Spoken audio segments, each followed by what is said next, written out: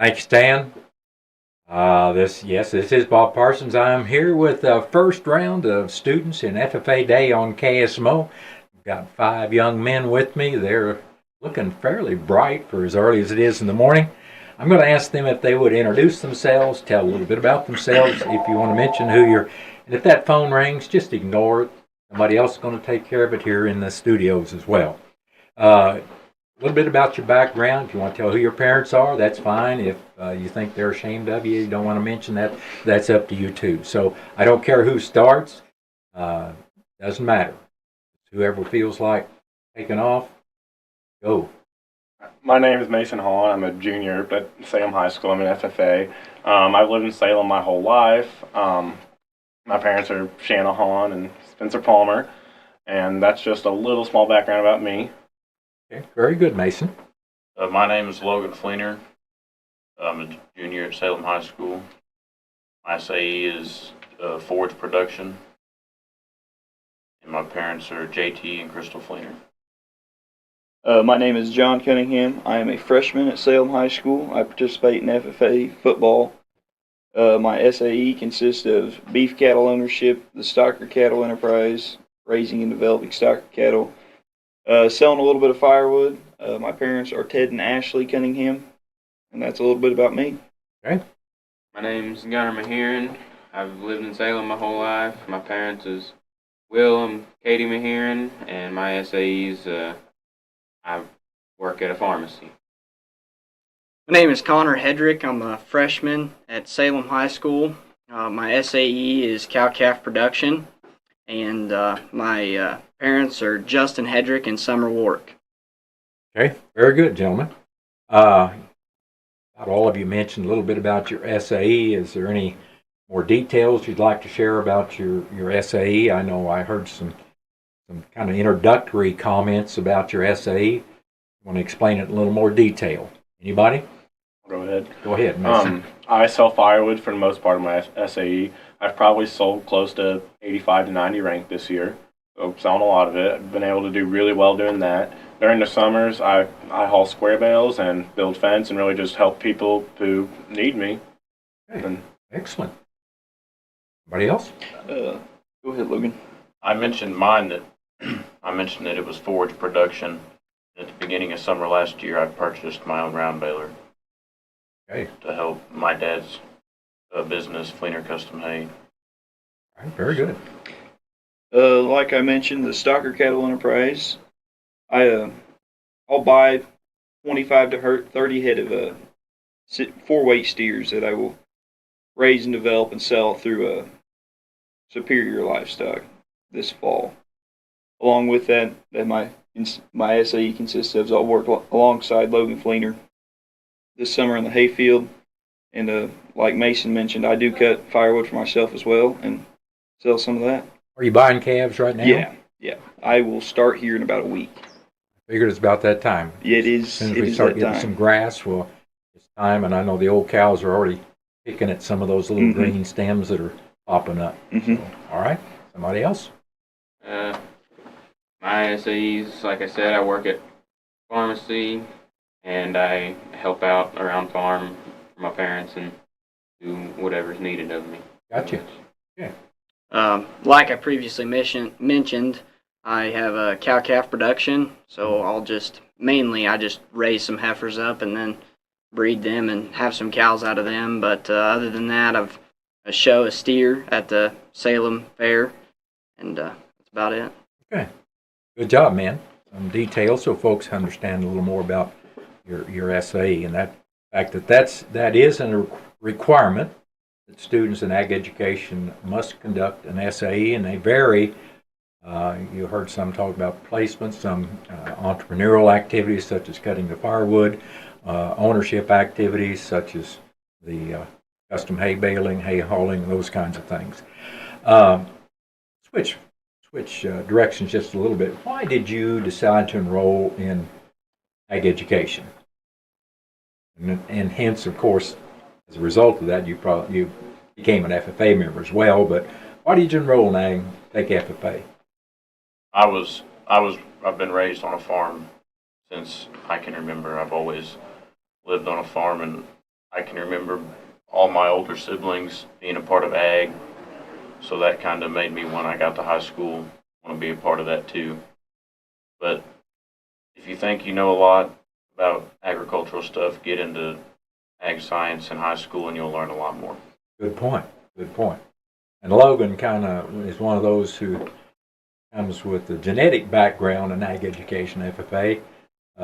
Mom and Dad were both in ag and FFA years ago, and that tradition's being carried on in the Fleener family. All right. Anybody else? Why did you get enrolled, John?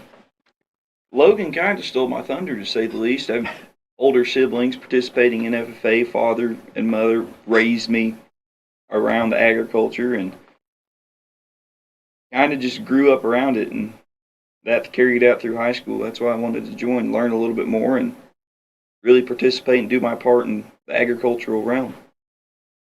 Excellent. Well, like previously mentioned, I mean, I've grown up around agriculture all my life. I remember sitting in a saddle when I was a wee young lad.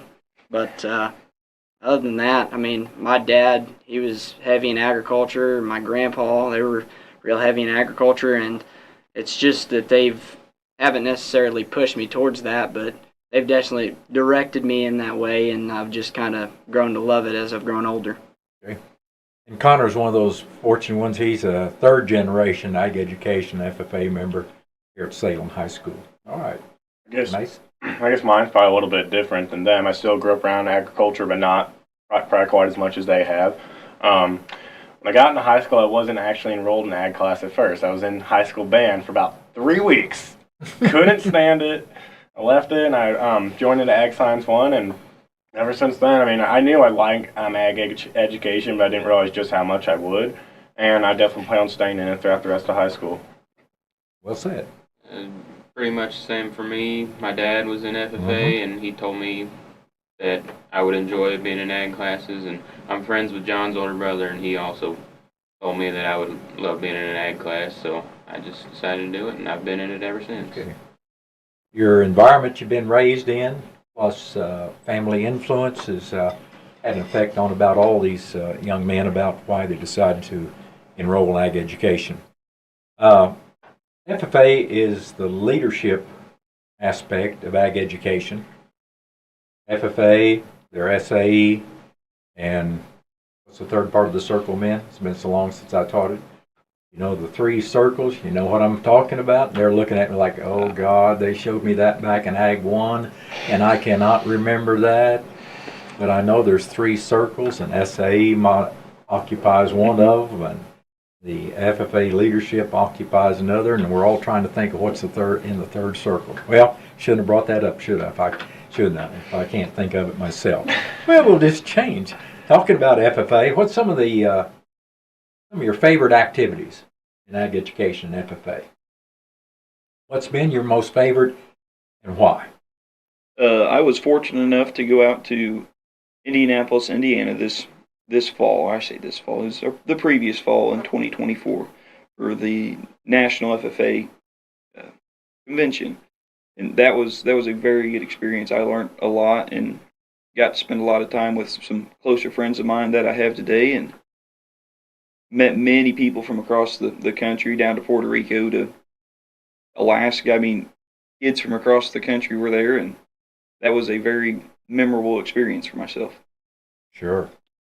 Well, like John's already touched on, I was one of those fortunate ones to go to Indianapolis with him, one of 3 freshmen that was able to go, and it was a very, very cool and great opportunity to go and just meet a lot of new people and develop myself and just kind of grow in that experience.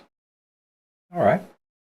Others? I like beef days, where all the 3rd graders from the rural schools meet at the commons and go through tractor safety and gun safety and stuff like that. I think it's good for them to have a little bit of knowledge about what ag can be about and stuff in the real world.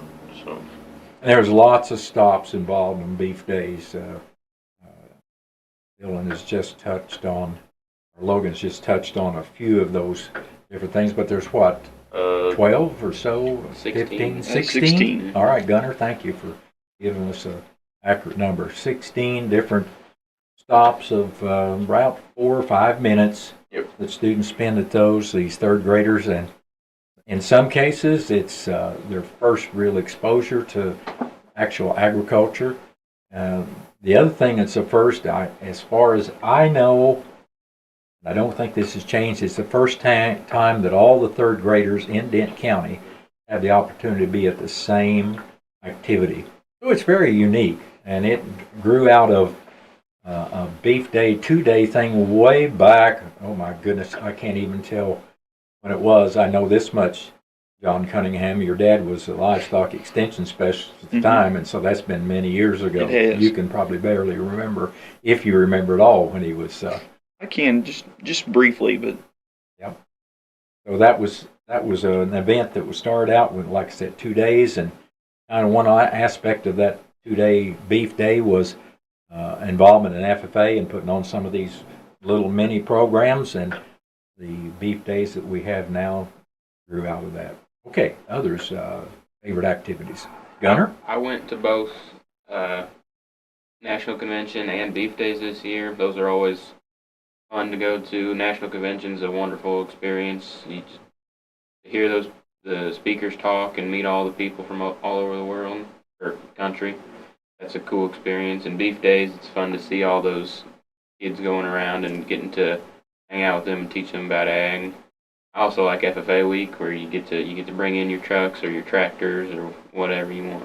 We'll touch on FFA week just a little bit, and of course, normally, let me give Mason a little time to mention his favorite, and then we'll go from there. I guess for the sake of mentioning something different, I do kind of like the degree ceremonies because all the kids get to I guess feel accomplished about what they've been able to do, and get to have something that shows their success in FFA. Oh, exactly. Good point. And another activity. And there's many activities FFA conducts. They'll conduct, believe it or not, 80 to 120 activities throughout the year. Let's go back and talk about FFA week a little bit. Normally we do this program during National FFA week, but Mother Nature wouldn't allow us to. It was quite a week. In fact, about 2 weeks in there, that weather just prevented doing almost anything normal, so we had to keep postponing FFA week, and finally we hit on a day that worked both in the school schedule and our schedule here at KSMO Media, and so we're finally getting ourselves together. Okay, besides Tractor Day, and I know that's one that stands out because we get those green, red, and orange tractors in there sitting on the parking lot, and some of the kids that don't have any idea what's going on with those kind of look at it and say, yeah, them Aggies, they're back here monopolizing things. What else did you do during National FFA week that you would share with our listeners? I only participate in Tractor Day.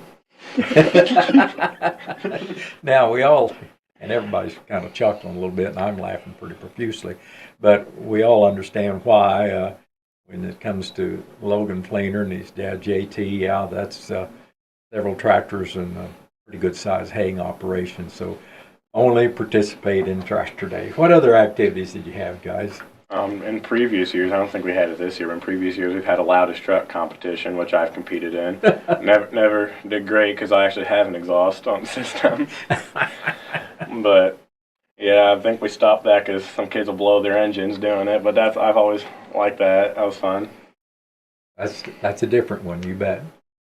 Anything else? we had a ride your horse to school day, which I did not participate in, but that's something different that not many people would do. And some that have horses as part of their SAE, or they just like the equine industry. You have a different set of kids probably participate in that than do Tractor Day. So the different variety of activities gives different FFA members a chance to be involved and be active in that particular area. What other activities can you tell us about that you've been involved in or you really like that just came to mind while we've been talking? Anything else? They've got the cleanest truck competition. Usually that's interesting, seeing all these nice trucks, whether they're old classics or modern. That's pretty nice.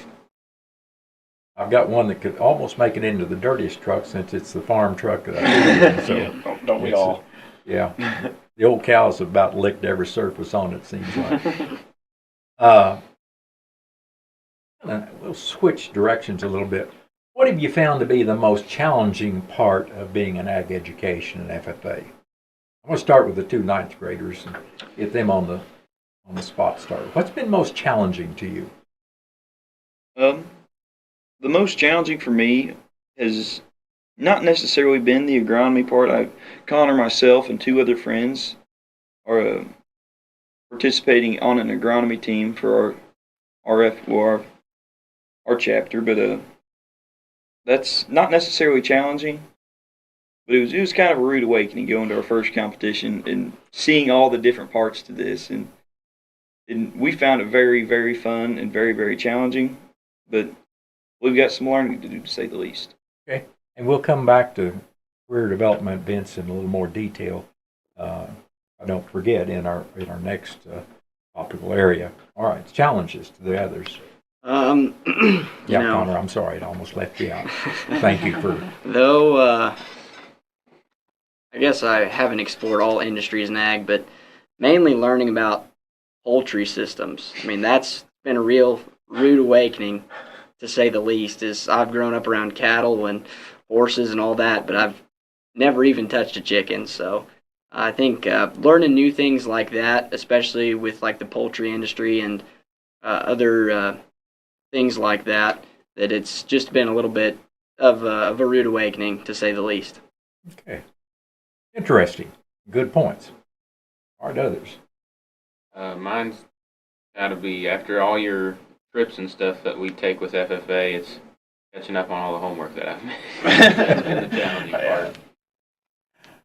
I'm glad you mentioned that because I don't know, as all the years we've done this, is anybody's ever said that's the most challenging part. I mean, they've mentioned it as something that we have to learn to be responsible about doing because we are gone a lot with FFA activities. But in terms of that being one of the most challenging things, excellent point, Gunnar. Excellent. Okay. Record books. Not a fan. You guys are aware, I taught ag 40 years here, 41 years technically. And I think of all the years, I might have had 5 students that enjoyed record books. I do not. Very few do. It takes, you have to have some special interest. You have to have a lot of, tremendous amount of self-discipline to do them. And that's what it comes down to. You're going to find out as you continue that entrepreneurial business of your own, that record keeping, and I'm sure Dad tells you, yeah, he hates doing records too on all the cleaner hay, custom hay baling, but it's got to be done. That's right. It's there. You can't get away from it. And, always, I was taught from an early age in ag economics that, you're always going to pay some taxes, and your goal is not to avoid paying taxes. Your goal is to minimize taxes, and the only way you can do that is through that record keeping and keeping track of everything. Okay, Mason, what have you found? Yeah, I was kind of getting on those record books too. I don't necessarily hate doing them, but they can get a little complicated. I mean, I probably have 4 parts of my SAE and trying to make sure everything is filled out the correct way. And also just like keeping up and like trying to make sure that I hit on every part of my SAE every month, first few times at least. Okay, excellent. You guys brought up a variety of things, and I appreciate that. That's great. All right. You mentioned career development events or contest teams. And of course, back in the day, yeah, they were referred to as contest teams. I think sometimes you still use that terminology as well. And then and this is clear way back in the midst of my educational experience, we kind of changed that terminology to try to talk about career development events. And then in the last 15 years or so, we've kind of subdivided that into career development events and leadership development events. So whichever one of those we want to deal with first, tell us, and I know John has already mentioned the fact that he and some of his buddies, I think Connor was another one, involved in the agronomy CDE. Anybody else involved this year or have been involved in the past in other CDEs? This is for the veterans because I think we just found out pretty well what the ninth graders are doing. That's all right. If you haven't been involved in any, that's fine. I did dairy cattle judging my freshman year. That was quite an experience. I've only ever been around meat cows. I've never been around dairy cows. Sure. If you got a dairy cow in Denton County, shoot, somebody's old milk cow in there, and about probably 3 or 4 of them in the whole county, and that's an exaggeration when I say that. There's more than that, but there's sure not very many. Yeah. And there's no dairy. To date myself even more, in 1971, I moved here. There was 1 dairy in Denton County. 1, and that wasn't there 5 years after I moved here. So that kind of gives you an idea. Anything else on career development events?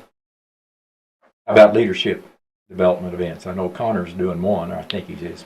Sure. Yeah, I'm doing creed speaking. It's been, I guess, not necessarily a challenge, but it's been a little difficult to go and talk in front of a very large number of people. I mean, I fortunately haven't had too big of a problem with that. Yeah. And we just kind of scratched the surface here. Do you know, guys, some of the other leadership events? I know there's a lot of speeches. Oh, yeah. And there's several fall speeches. There's 4 or 5 or 6 fall speech areas, and then 3 or 4 in the spring. So public speaking is a very big part of the career leadership development events. So, and I know we have lots of students that have been involved in those, and a lot of them have been very successful. In fact, one, you guys got to help me with their name, from last fall in the forest products competition was a state winner. One of your young ladies. Anybody can help me? I'm trying to think. Maggie Hogan? Maggie Hogan. Yeah. Thank you, Logan. Maggie Hogan was the state winner in the, I think it was Missouri Forest Products public speaking contest. And you get up there and be a state winner, that's quite an accomplishment. Big deal. Some other career development events. Besides dairy cattle. I know they've got beef cattle,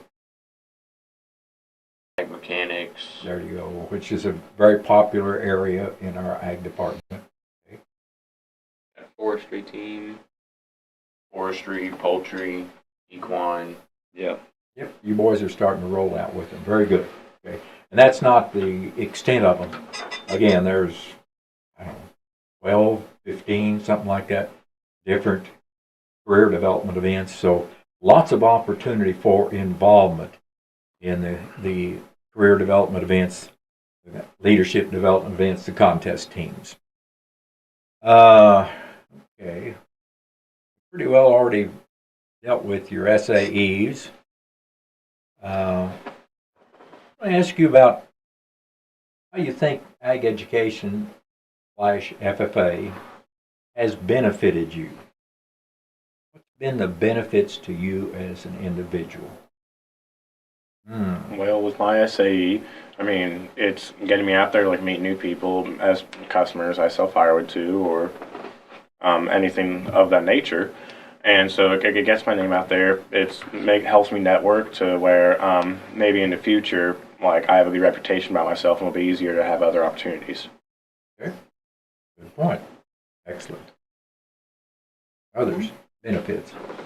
Ag education has definitely helped me in the public speaking aspect, kind of as if it was here today, and whether that's in the future up on a podium speaking at some large contest or whatnot. But along with that, it's like Mason mentioned, gotten my name out there, kind of helped me reach out and meet new people, whether that's here in Salem or up in Columbia at a research farm. But yeah.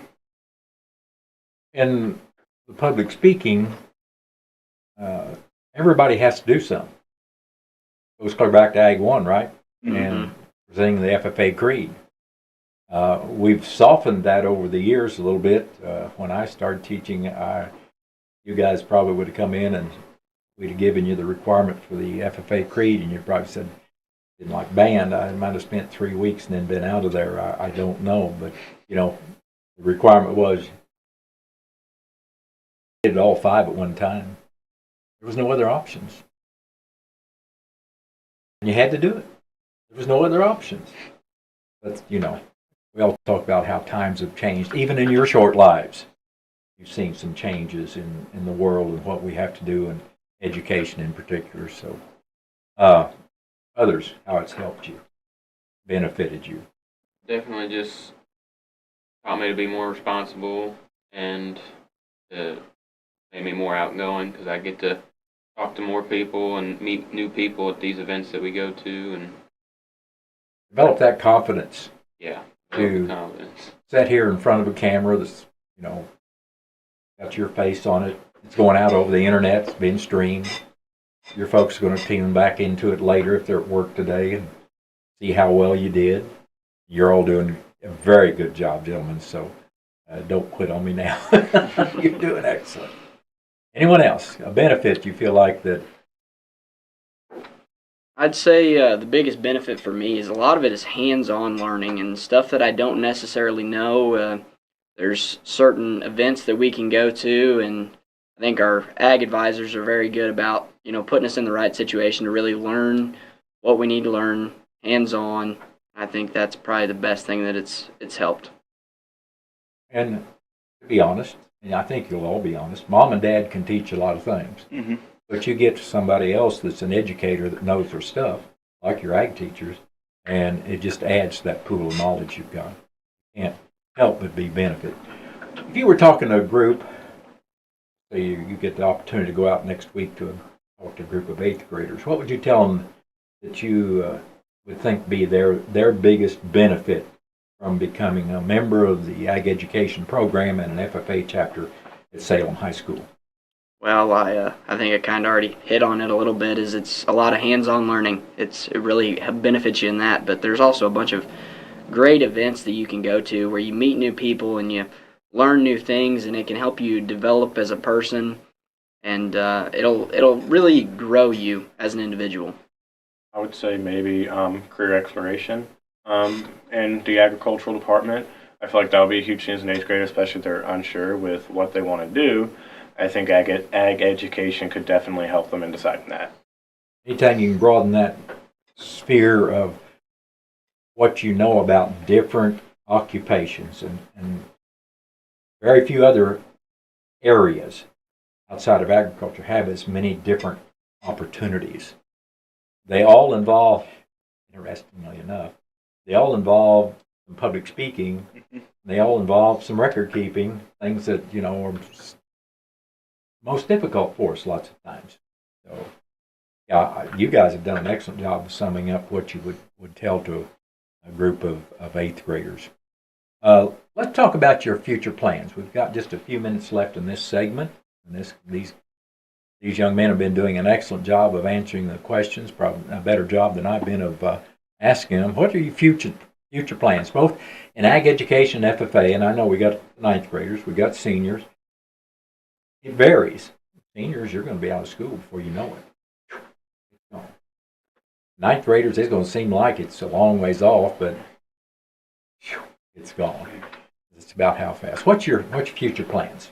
Well, I guess next year, as a senior, I still plan on being in FFA. I hope I can maybe do some more contests, get involved a little bit more. After high school, I want to be a civil engineer in the Air Force and do that. That'll be interesting to see how that turns out. At the same time, maybe a little small hobby farm, just nothing huge. Mm-hmm. And yeah, hopefully be retired by the time I'm 45, 50. I've got news for you. Well, I'm military. Just, Well, let me you can retire from the military. There exactly. You go. Okay. Somebody else, your future plans. I think Oh my I'll gosh. definitely be part of FFAs next year as a senior. And after that, I'm going to go to school to be a John Deere technician. Excellent. I've always liked to wrench on things, so. You bet. You bet. And you've got all that green blood already. That's in right. life, so we just will continue getting educated and working in that industry. Yeah, I think I'm going to continue my FFA career throughout the next 4 years. And with that, I'm going to try and grow my stock or cattle enterprise a little bit, see how big I can become before I graduate, and along with that, see what all other opportunities I can put myself in to help me out through further years down the road.